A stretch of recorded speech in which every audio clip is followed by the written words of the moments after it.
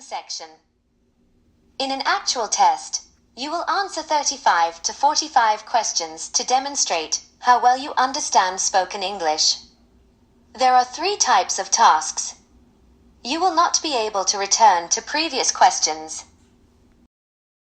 Instructions. In this part, you will hear short sentences. Choose the most appropriate answer to each one. Remember, in the actual exam, you cannot go back to earlier questions. 3, 2, 1! I'm not sure the results accurately reflect the participants' responses.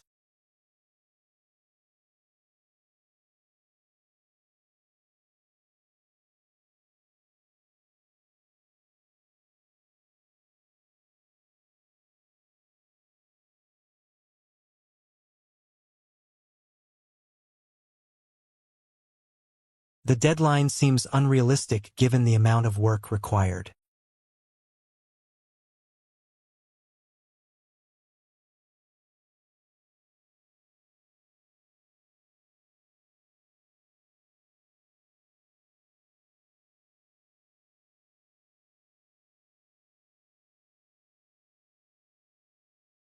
I expected the conference to attract more researchers.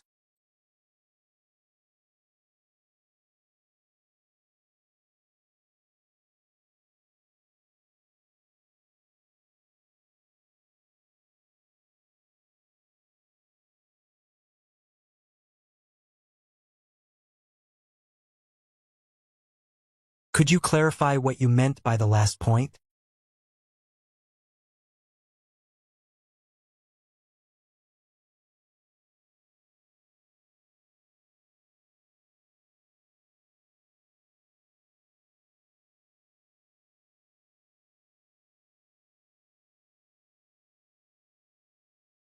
I didn't realize the experiment would take this long to complete.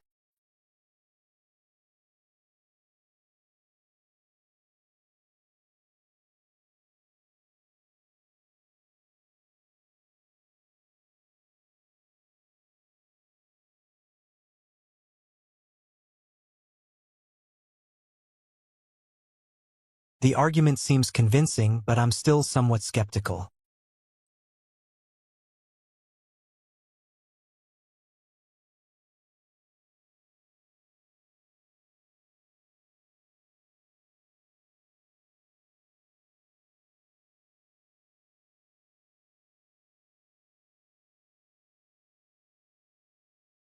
It would have been helpful if the instructions had been clearer.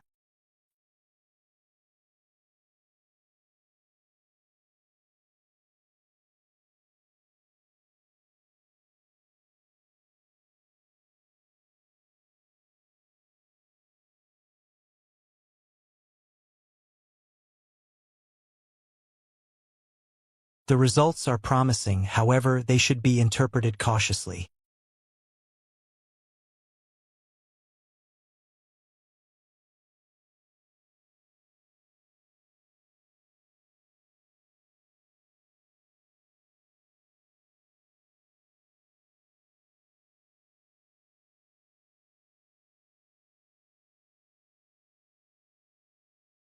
Due to increasing demand for workspace, the company will introduce a reservation-based system for shared meeting rooms beginning May 12th. Employees may reserve rooms up to 1 week in advance through the internal scheduling platform. Walk-in use will still be permitted. However, reservations will take precedence during periods of high demand. Management emphasizes that the change is intended to improve accessibility rather than restrict usage.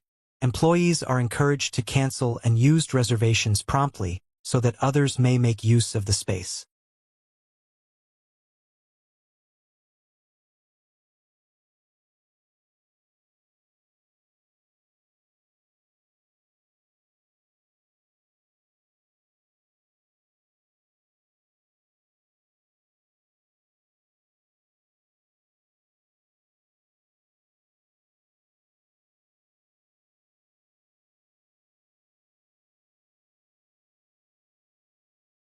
Beginning August 20th, the university library will introduce a revised access policy for its graduate study rooms.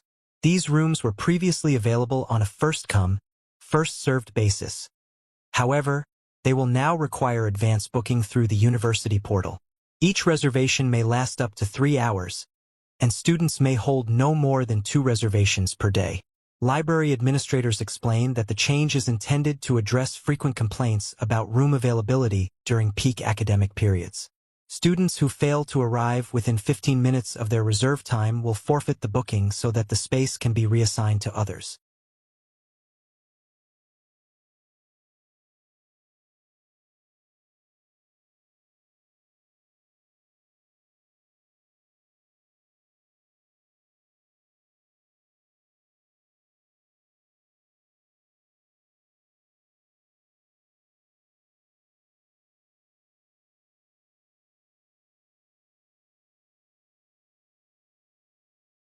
Have you heard that the company is planning to introduce a 4-day work week? Yes. I read about it in the internal newsletter this morning. It sounds interesting. I agree. Having an extra day off each week could really improve work-life balance. That's true, but I wonder if employees will need to work longer hours on the other days. Possibly.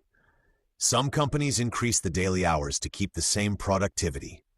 Even so, many people say they feel more focused when they have more time to rest.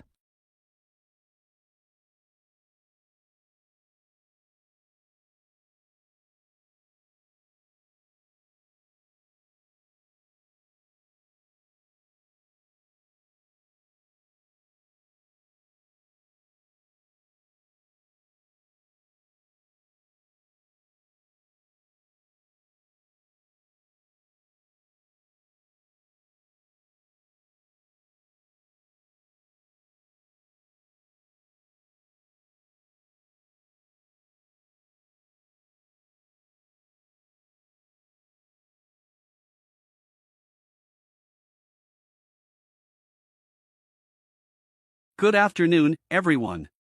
Today we'll examine animal communication, which refers to the ways animals send and receive information. Communication is essential for survival because it helps animals find mates, warn others of danger, and coordinate group behavior. Animals communicate in several different ways. One of the most common methods is sound. Many birds produce complex songs that serve specific purposes. For example, the nightingale is famous for its elaborate singing. Male nightingales sing to attract females and also to warn rival males to stay out of their territory. Another form of communication involves visual signals. Some animals use body movements, colors, or physical displays. A well-known example is the peacock, which spreads its large, colorful tail feathers during courtship. This display signals strength and good health to potential mates. Animals also rely on chemical communication. Many mammals release chemical substances called pheromones that convey information. Ants are especially famous for this system. When one ant finds food, it leaves a chemical trail that other ants can follow back to the source. In this way, the colony efficiently gathers food without verbal communication. Another interesting form is tactile communication, which involves physical contact. For instance, elephants often touch each other with their trunks.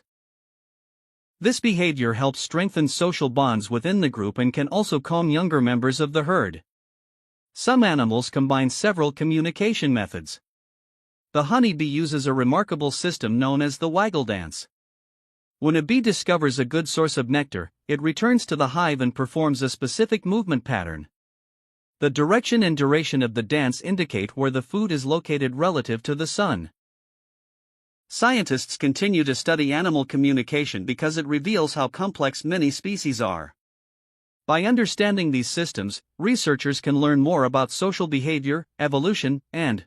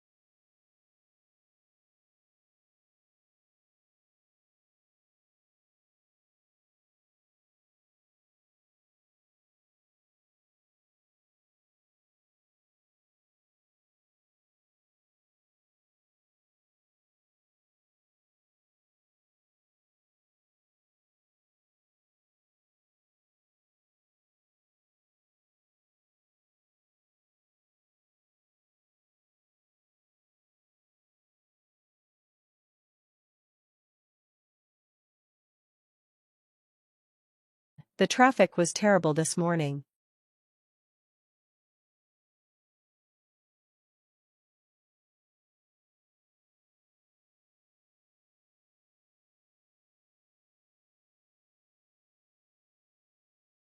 I'm thinking of getting a new laptop.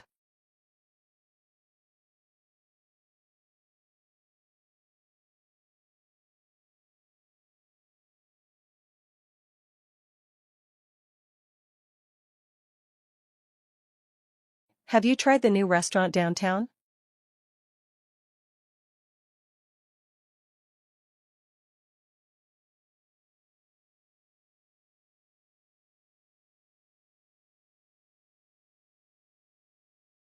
Could you turn down the music a little?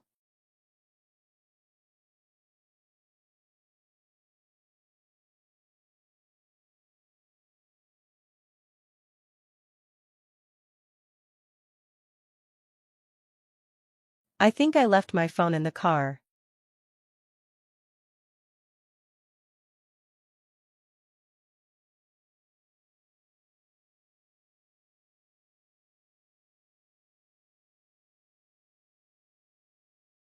The printer isn't working again.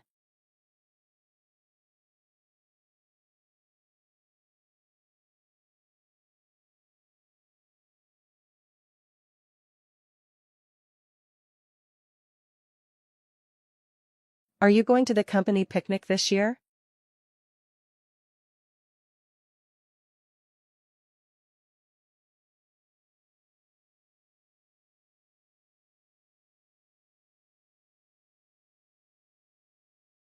This soup needs more salt.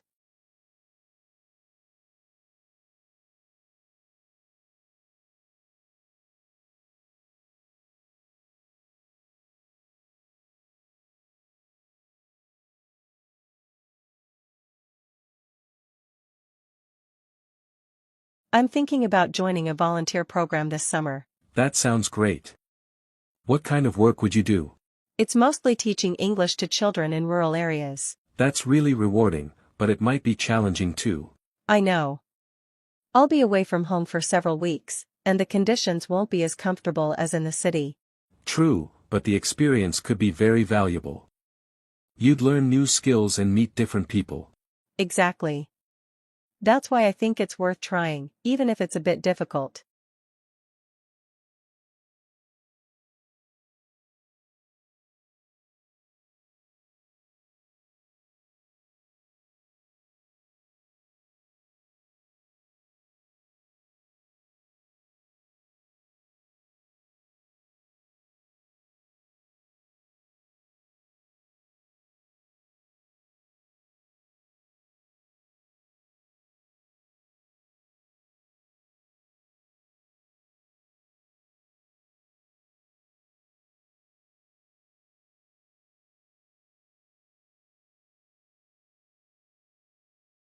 In an effort to promote community engagement, the City Council will launch a neighborhood mentorship program starting September 15.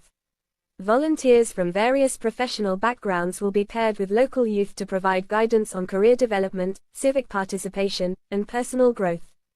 Participation is entirely voluntary, and mentors will receive training to ensure they can offer constructive and culturally sensitive support. City officials emphasize that the initiative aims to strengthen social cohesion and empower young residents rather than replace existing educational programs. Interested individuals are encouraged to submit applications before August 30, as placement will be limited to available mentor-mentee pairs.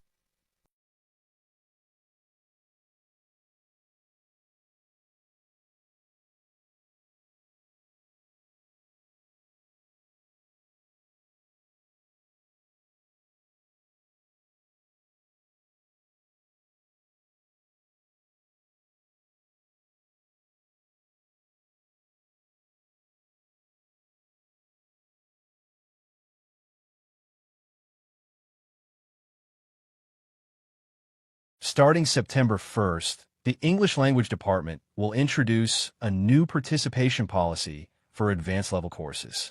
While attendance remains expected, students' contributions to discussions, presentations, and peer feedback will now be formally assessed. Instructors stress that the policy is designed to provide recognition for consistent engagement rather than penalize occasional absences. Students who must miss a class for valid reasons may complete alternative assignments to retain credit for participation.